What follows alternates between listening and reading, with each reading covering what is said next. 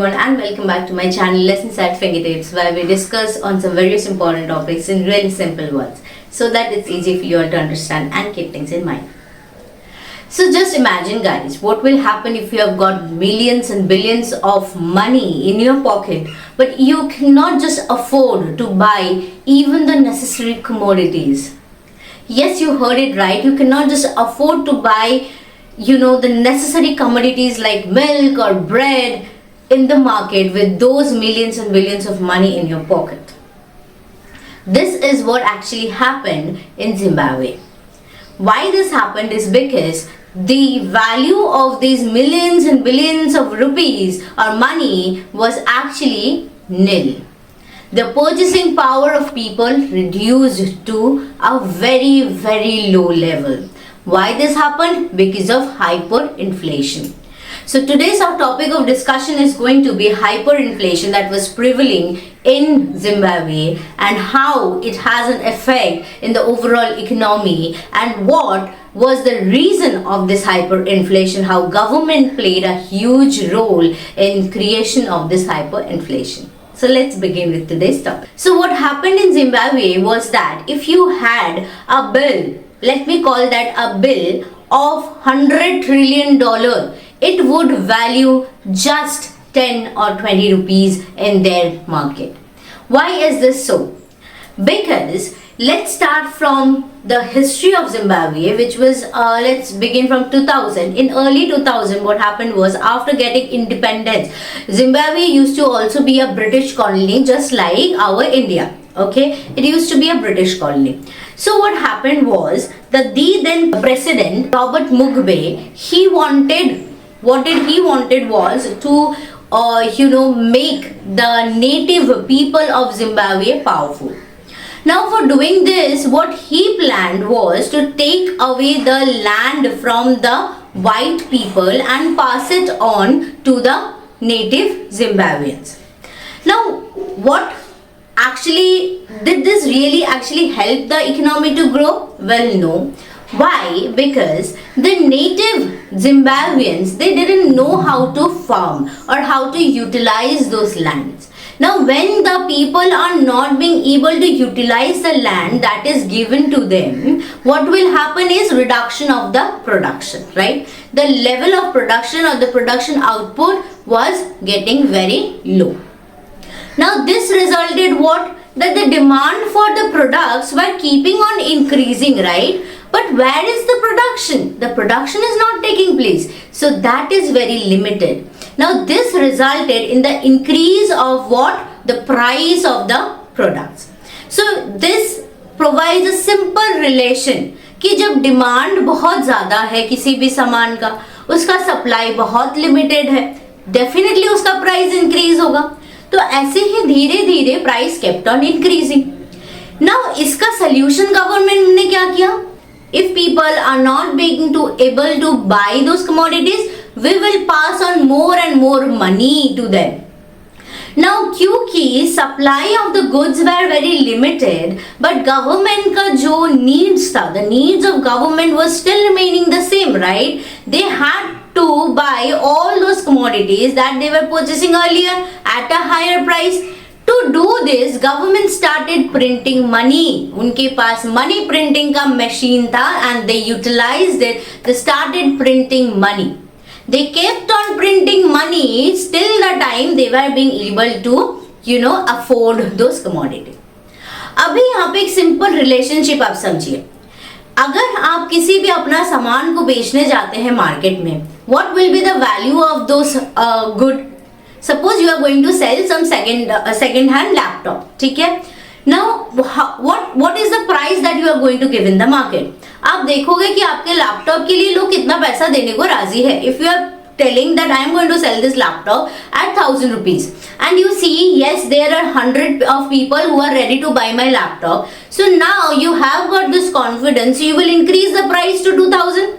You will say I am willing to sell this laptop at 2000 and you still see that those 100 people are still there to buy your laptop. So this way you will keep on increasing till the time you get the best price for your laptop, right? So this is the natural way of creating value of some commodity. तो value of some commodity कहां से आता है? Demand for the commodity से। तो demand जैसे ही increase कर जाते हैं वैसे ही value of the commodity increases, और वैल्यू को ही हम लोग रिलेट करते हैं मनी के साथ।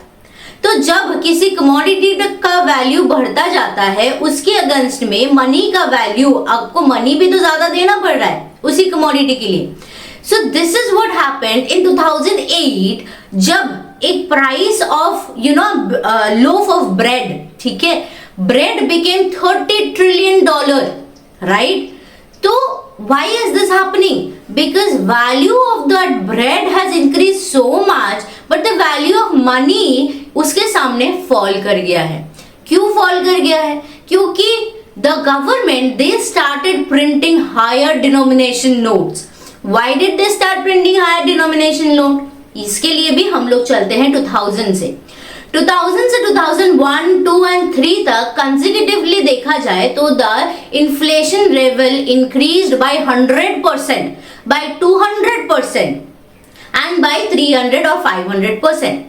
तो इस तरह से इस रेट पे जब इन्फ्लेशन इंक्रीज कर रहा था, a time came in 2004 when the inflation rose by 1000% per year, bye 1000% per year. मतलब सुबह जो 100 मिलियन का वैल्यू होगा, शाम तक वो 100 मिलियन का वैल्यू खत्म, ठीक है। This is the rate at which the inflation was increasing.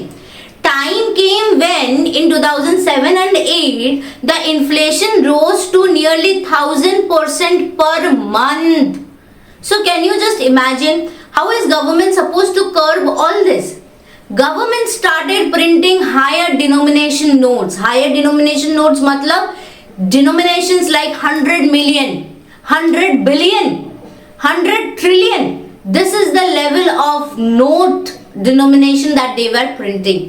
लोगों के पास पैसे ही पैसे थे, बट एक चॉकलेट खरीदने के लिए भी उनको बच्चों को बोरी भर के एकदम पैसे लेके जाना पड़ता था, बिकॉज नोट का, पैसों का वैल्यू इतना कम हो गया था।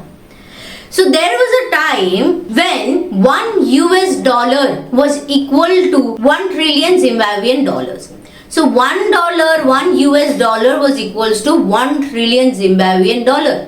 अभी कंट्री के अंदर ही अगर जिम्बाब्वेन डॉलर का या मनी का ऐसा वैल्यू है, तो उस मनी को लेके वो गवर्नमेंट बाहर कैसे ट्रेड कर सकता है ना?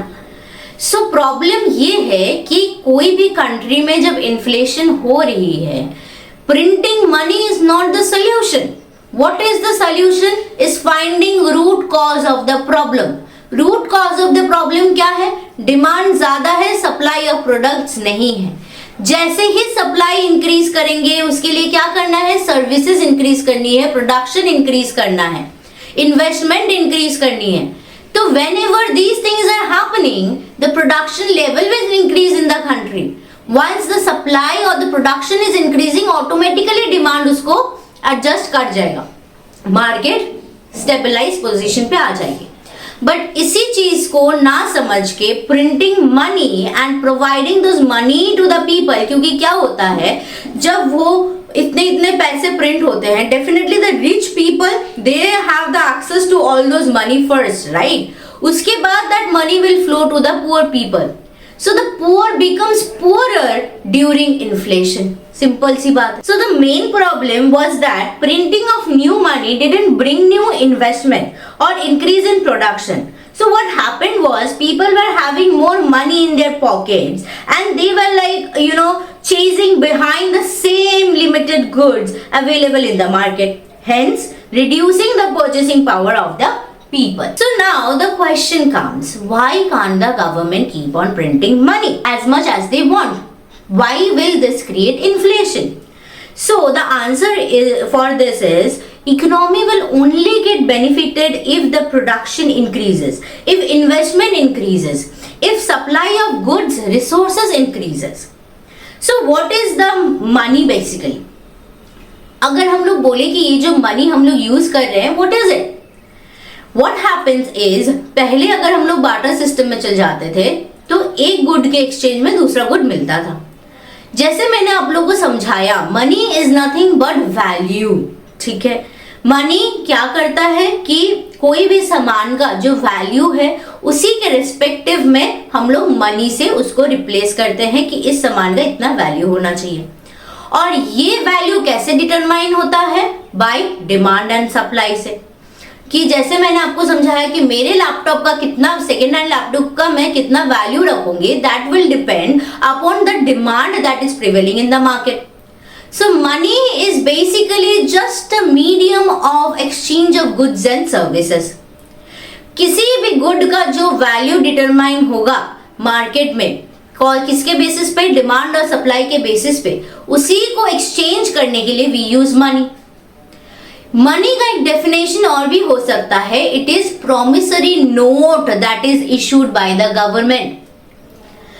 तो जब सारे गवर्नमेंट्स, अगर हम लोग देखें कंट्री वाइज, ऐसे देखें कि डिफरेंट डिफरेंट कंट्री के डिफरेंट डिफरेंट मनी होते हैं, है ना। हमारे यहाँ पे रुपीज है, कहीं पे डॉलर है, कहीं पे रूबल्स है, ऐसे अलग अलग है। क्यों ऐसे अलग अलग है? क्यों सबको ये सब मनी के साथ सब काइंड ऑफ करेंसीज के साथ ट्रेड नहीं कर सकता? दिस इज बिकॉज सपोज कि हम लोग चल जाते हैं कि एक प्रोमिसरी नोट कहाँ पे आता है कि अगर कोई भी गुड को हम लोग ट्रांजैक्शन कर सकते हैं through gold and silver coins, but ये तो सब जगह अवेलेबल नहीं हो सकती। इसीलिए हर एक कंट्री के गवर्नमेंट ने एक प्रोमिसरी नोट बनाया है जिस पे they are promising the customer और they are promising the people कि ये मनी का, ये 100 रुपए जो आप देख रहे हो, 100 rupees that you are seeing, इसके अगेंस्ट में I am promising you this much value. ठीक है, मतलब ये पैसा लेके अगर आप मेरे पास आते हो, I will provide you goods of this value. ठीक है, पहले तो गोल्ड एंड सिल्वर से सारा ट्रेड होता था, but that was not feasible, right. तो तब गवर्नमेंट इंट्रोड्यूस किए क्या? Promissory note. तो money is basically equals to what? Value of the goods and service. So through these promissory note, government actually states that when you deposit this much money, I will provide you this much value of goods and services. तो अभी चल जाते हैं फिर Zimbabwe पे। So the economic crisis in Zimbabwe has been the result of combination factors, क्योंकि it included what? Political decisions. Printing of new money is not the solution for inflation. Secondly, economic mismanagement for sure, and third, external pressures were also there. So once a country is disrupting their economy, it will also affect the other economy. इसीलिए सब चीज को एक synchronized way में रखना is very important. So now as we all understand the effect of printing money, how it brings inflation in the economy, what are the effect of printing higher denomination note. So I would just like to actually ask you all this question, that what do you think the government thought while printing the 2000 denomination note ka money in our country? What did the government think when they introduced a 20 rupee coin, when they introduced a 10 rupee coin? So these are very higher denomination for coins, and 2000 rupees is a higher denomination in our country for money, right, for notes. So it's just an open question for you all. So I hope you guys have liked this video. Please do hit a like and subscribe to my channel for more such informative videos. Thank you. Bye bye.